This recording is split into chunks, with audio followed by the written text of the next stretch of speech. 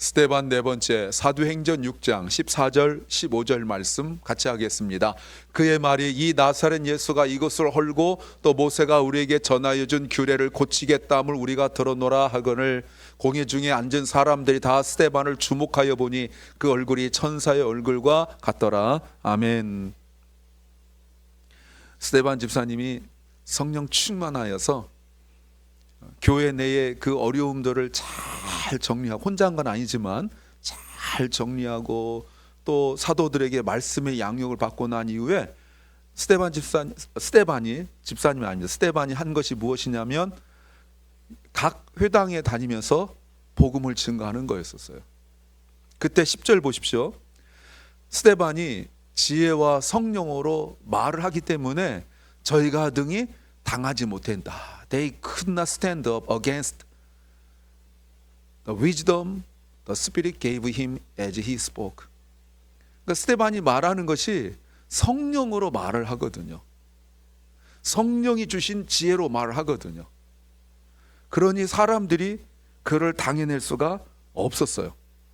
분명히 그 앞에 보면 각 지역에서 온 수많은 사람들이, 우리 한인들, 남미 분들, 중국 분들, 일본 분들 이렇게 모여서 예배를 드리듯이 그들이 다 자기들의 지역별로 모여서 회당에서 예배를 드릴 때 스데반 집사님이 가는 곳곳마다 복음을 증거했죠.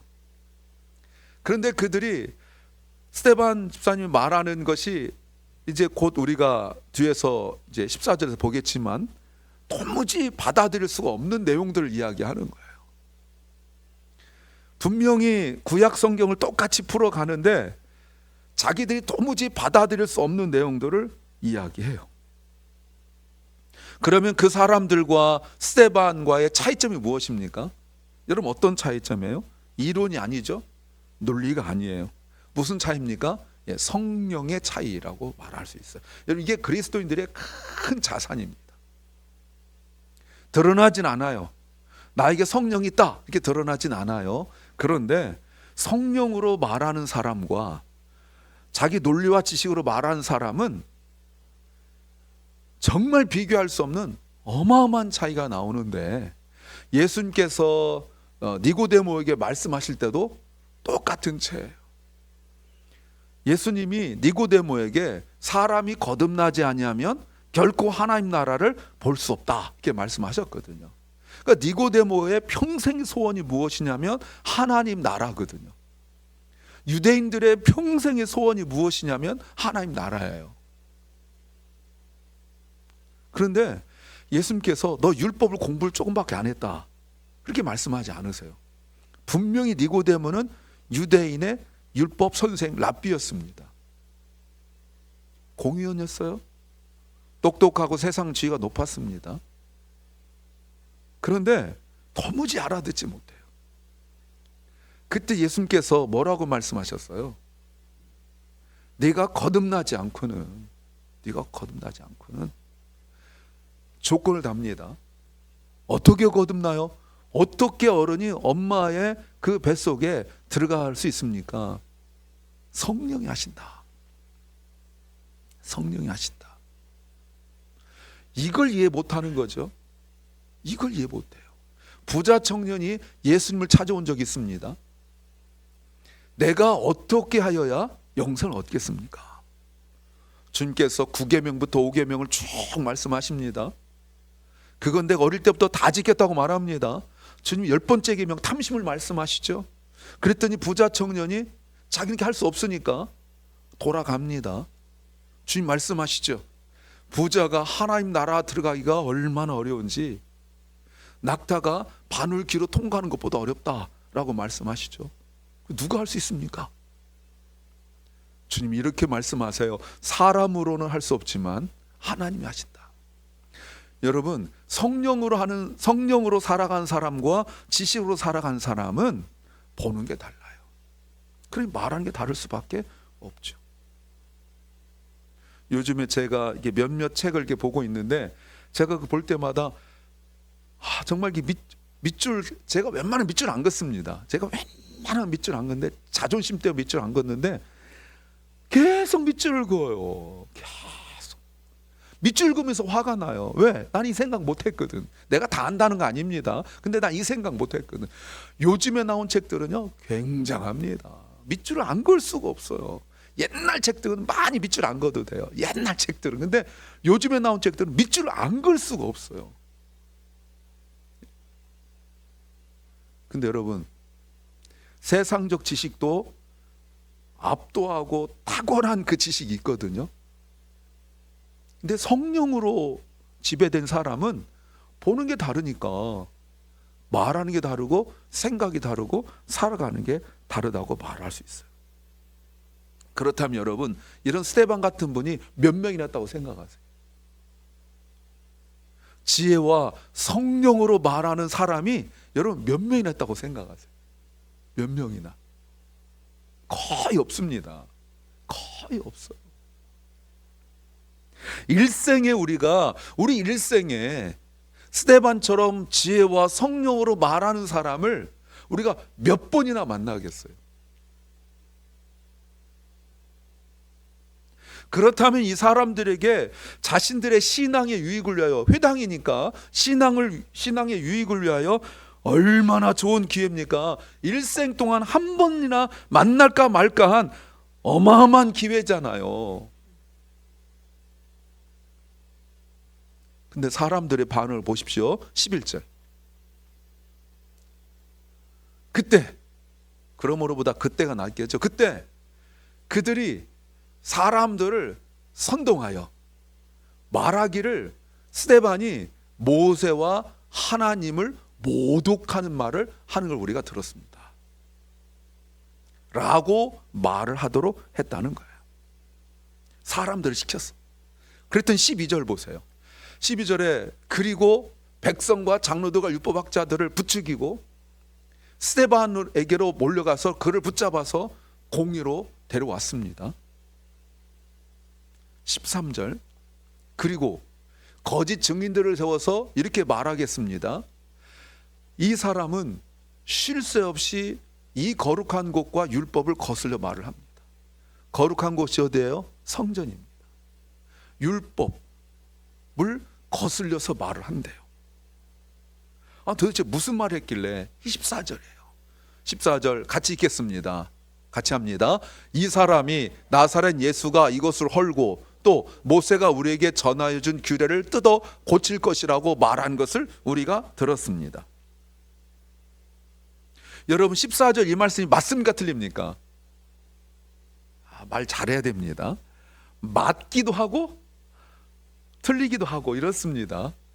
그 말은 누구는 못하냐 이렇게 말하면 안 돼요. 맞기도 하고 틀리기도 합니다. 자, 그런데 아까 말씀드렸지만 자기 신앙 인생에 이렇게 지혜와 성령으로 말하는 사람을 몇 번이나 보겠어요. 그런데 기껏 생각하는 것이 이래요. 나사렛 예수가 이곳을 헌다, 이 말은 예수님도 직접 하신 말씀이죠. 이 성전을 허물라, 내가 사흘 만에 다시 세우겠다. 무슨 말씀이었죠?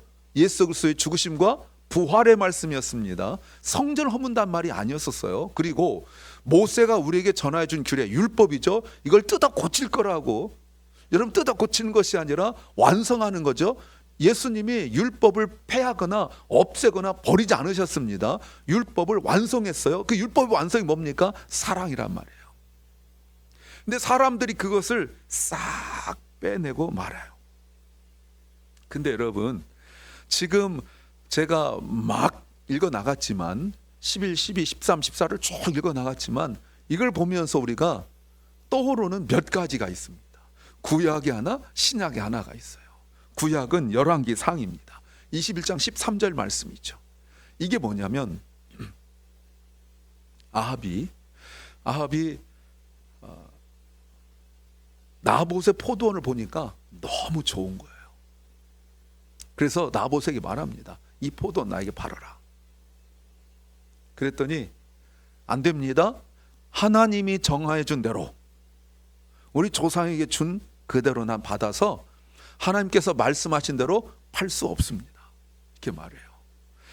그랬더니 딜하는 줄 알고, 네고시에이션 하는 줄 알고, 그러면 내가 더 좋은 거 줄게, 내가 값을 2배나 쳐줄게. 이거는 남는 장사입니다. 그래도 나봇이 안 된대요. 왜요? 말씀 때문에 안 된대요. 그랬더니 아합이 어떻게 합니까? 어덜트 차일드처럼, 성인 아이처럼 가더니 자기 방에서 입을 뒤집어 쏩니다. 이세벨이 와가지고 아니 왜 그래요? 라고 말하니까 질질 짜면서 아이 글쎄 하고 얘기합니다. 그랬더니 이세벨이 당신이 왕입니까? 당신 이 나라 왕입니까? 왕은 그러는 게 아닙니다. 왕은 수단과 방법을 가리지 않고 원하는 것이 갖는 것이 왕입니다. 오늘 말씀 묵상에 그죠? 왕이 돼서 나오잖아요. 그러면서 율법을 지키지도 않고 한 이세벨이 나봇에 있는 장로들에게 편지를 써가지고 이렇게 해라 라고 말해요. 그래서 죽여버려라 이렇게 말합니다. 그리고 21장 13절 보세요. 불량배 2사람이, 불량배라는 건 이 가치 없는 사람인데 벨리알, 마귀 사탄 같은 놈들이에요. 2사람이 들어와요. 2사람이죠. 증인 때문에 2사람이에요.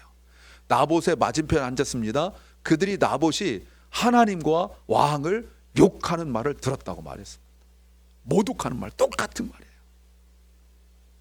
그랬더니 율법을 하나도 지키지 않는 이스라엘 사람들이, 웃기죠.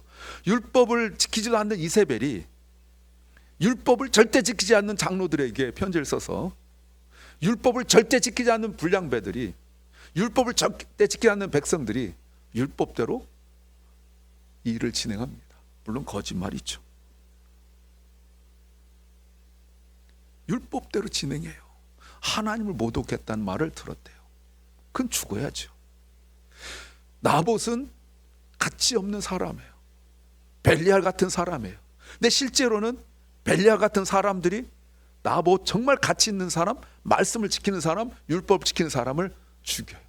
거짓말해서. 똑같은 이야기입니다. 또 한 번은 마태복음 26장 59절이에요. 예수님께서 잡히시던 그 밤에 대제사장 집에 갔습니다. 신문하죠. 그때 보세요. 내용 보시면 대제사장들과 온 공회가, 대제사장들과는 2사람입니다. 장인과 사위가 지금 대제사장이, 물론 장인이 이때 물러났을 때인데 그냥 같이 살아있기 때문에 같이 넣는 거예요. 온 공회가 보세요. 예수를 죽이려고 예수님을 공격할 거짓 증거를 찾았다. 똑같은 얘기예요. 구약시대 나봇 시대나 예수님이 계시던 신약시대나 그 이후에 지금 오늘 스데반을 공격하는 사람들이 바로 얼마 전에 이 사람들입니다. 예수님을 공격하고 죽이려 했던 그 사람들, 그 공연들이에요. 똑같이 여러분 악한 본성이 세월이 지난다고 변하지 않습니다. 그래요. 아합은 북이스라엘 사람이라고 합시다. 율법의 지배를 받지 않는, 율법을 아주 쓰레기보다 못하게 여기했던 북이스라엘 사람들로 합시다. 지금 남유다 사람들은요, 남유다 사람들 출신이죠. 바벨론 포로로 돌아와서 율법을 지키고 살아가는 사람들. 그 사람들이 기껏 한다는 것이 앞에서 이세벨 했던 짓과 똑같은 짓을 누가요? 대제사장과 온 공회. 공회는 왜 필요하죠? 말씀을 지키는 것을 검증하고 그리고 말씀대로 다스리기 위하여 재판하기 위해 필요한 거거든요. 근데 오히려 거짓이란 말 보이십니까? Seeking false testimony.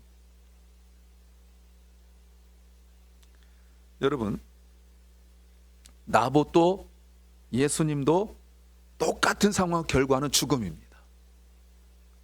스데반도 지금 같은 상황이에요. 자, 보세요. 내가 만일 이런 상황이라면 난 어떤 반응을 보일까요? 사람들이 서서 나를 막 공격합니다. 하지도 않은 말을 했다고 합니다. 근데 집사님 그게 말했잖아. 말 안 했는데 그때 그랬잖아. 나 들었어. 막 이렇게. 그때 목사님 잘생겼다고 말했잖아. 이런 건 참 괜찮은데 뭐 뒤에서 욕하고 뭐 이런다. 꼭 주일날 교회 올 필요가 있어? 뭐 이런 것들. 꼭 교회 나가야 돼? 뭐 이런 것들. 예. 더구나 15절 보세요. 공의에 앉아 있는 사람들이 지금 대제사장과 적어도 몇 명이 앉아 있는지 모르지만 적어도 뭐 몇십 명이 앉아 있죠.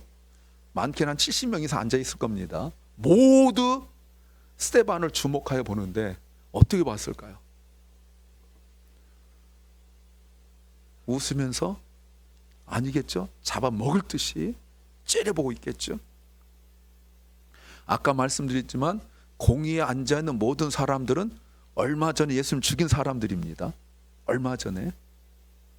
그런데 지금 다른 사람도 아닌 예수님 얘기하고 있습니다. 했다고 하는 걸 자기들 들은 거예요. 이 사람들이 스데반 한 사람을 가운데 놓고 쳐다보고 있죠. 잡아먹을 듯이 쳐다보고 있죠. 여러분 회사 뭐 이런 거 들어갈 때 인터뷰 본 적 있습니까? 저는 인터뷰를 봐봤던 사람으로서 너무 오래된 일이지만 야 회장, 사장, 뭐 전무 이렇게 쭉 뭐 부장 이렇게 앉아 있는데요. 질문 던집니다. 제가 웬만해서는 안 떨 텐데 떨려요. 왜냐하면 직장 들어가야 되니까. 그 앞 스토리까지 얘기하면 눈물 없이 들을 수 없는 얘기가 또 나오니까 빼고 이렇게 물어봅니다. 대답 잘해야 되죠. 귀를 쫑긋 세우고 실수할까 봐. 왜냐하면 나 말고도 내 앞에 이미 면접 한참 보고 갔고 내 뒤에도 그 대기실에 복도에 방에도 없어요. 복도에 쫙 있거든요. 물론 제가 됐습니다. 그때 됐는데 여러분 지금 이거는 회사가 되느냐 안 되느냐 이 정도 아닙니다. 어떤 지난번에 그 TV에서 보니까 유명한 연예인도 매년 그 오디션을 몇 번씩 본답니다. 그 캐스팅 되기 위하여서. 여러분 그때 얼마나 떨리겠어요. 합격되면 거기에 있는 어떤 드라마나 영화, 연극에 출연할 수 있는 거지만 또 떨어지면 못 가는 그것도 참 안타까운 일이죠. 근데 그래도 기회가 있잖아요. 근데 지금 이 상황은 주목하고 보는 것은 죽이느냐 살리냐 지금 이거예요. 물론 오늘 본문에 살아나는 건 없습니다. 15절 한번 더 보세요. 뒷부분에 공의에 앉아있는 사람들이 모두 스데반을 주목하여 보는데 그 가로 열고 닫고 죽일 듯이 쳐다보고 있는데 잡아먹을 듯이 쳐다보고 있는데 째려보고 있는데 분노와 그리고 막 속에 있는 그 여러 가지 그 미움과 이런 마음을 가지고 째려보고 있는데 His face was like the face of angel. 이 표정이 뭔지 모르잖아요, 그죠? 이 표정입니다. 제 얼굴 잘 보세요, 이 표정. 이렇게 한번 줌 잡아봐. 여러분 어떤 표정이 천사 표정이라고 생각하세요? 우리 잘 몰라요. 그런데 그 악한 마음을 가진 사람들이 봤는데 천사 얼굴이.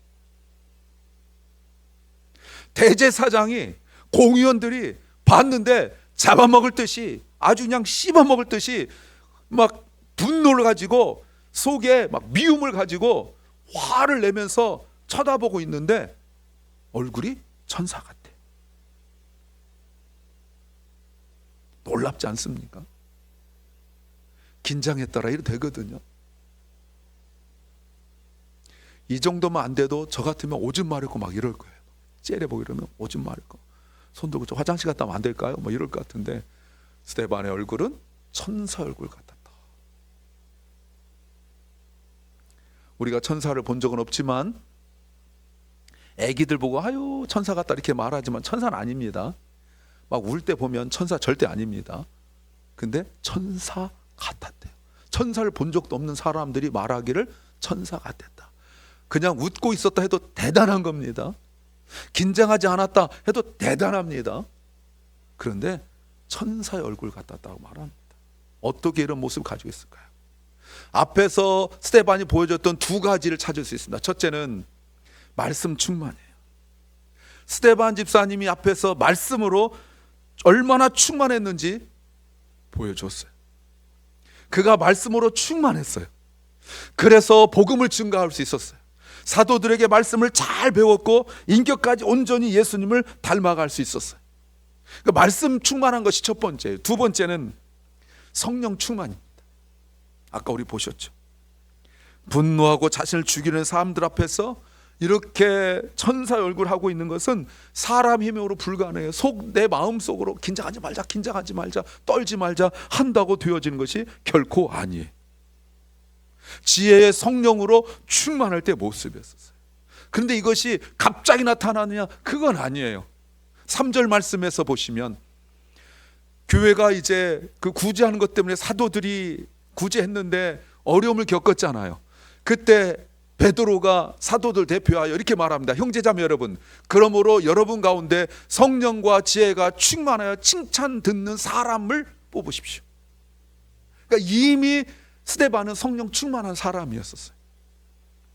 그랬더니 5절, 모든 사람이 이 말을 듣고 기뻐하여 믿음과 성령이 충만한 사람 스데반과, 그리고 나머지가 나와요.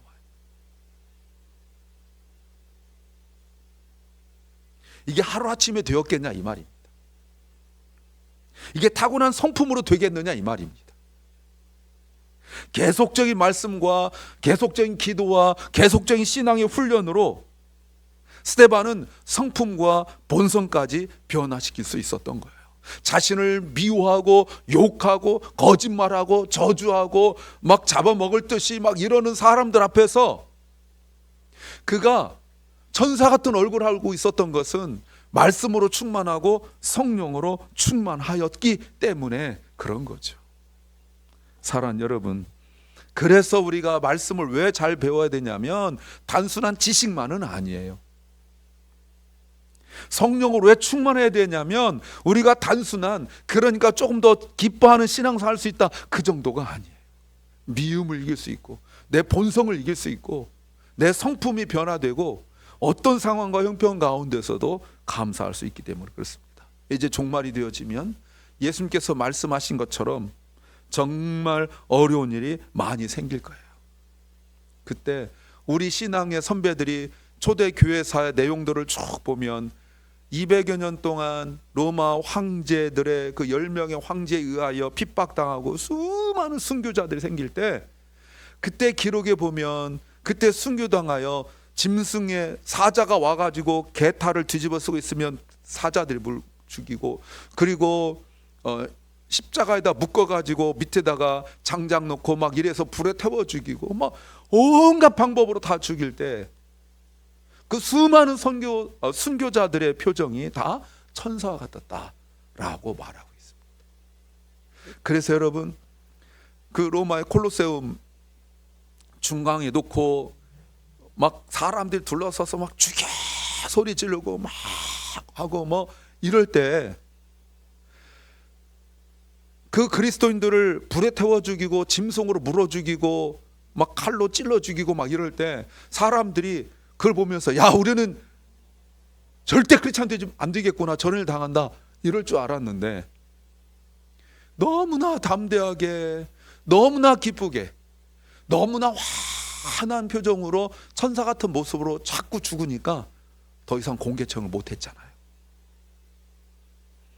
공개 처형이 있으면 거기에 참여했던 사람들이 경각심을 가지고 너 절대 예수 믿지 마, 예수 믿으면 저렇게 돼 할 줄 알았더니 거기 있는 사람들이 어쩌면 저 사람들은 저렇게 다른 인생을 살 수 있는가, 죽음 앞에서 어떻게 저렇게 할 수 있는가를 보고 감동받아서 크리스찬이 됐다는 거잖아요. 사랑하는 여러분, 고난과 어려움이 우리 속에 있는 그저 그렇고 미지근하고 적당히 하고 하는 그 신앙을 벗어나서 욥이 말했던 것처럼 우리가 정금같이 주님 앞에 나오게 될 줄로 믿습니다. 상황 핑계대지 마시고 누구 핑계대지 마시고 다른 사람 말 핑계대지 마시고 내 속에 말씀과 성령으로 충만한지를 점검하시기 바랍니다.